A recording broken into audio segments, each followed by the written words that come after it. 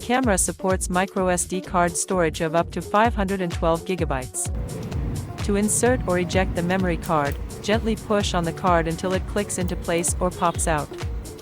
With a maximum 512 GB SD card, you can record footage for up to 3 weeks, depending on factors like video quality and whether you use continuous or event-based recording modes.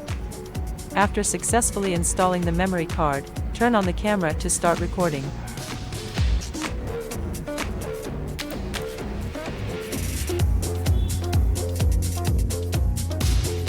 Power up the camera.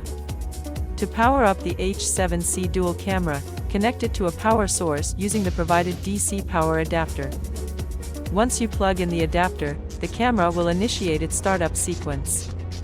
The PT, hand tilt, lens will rotate once, signaling that the camera is powering on.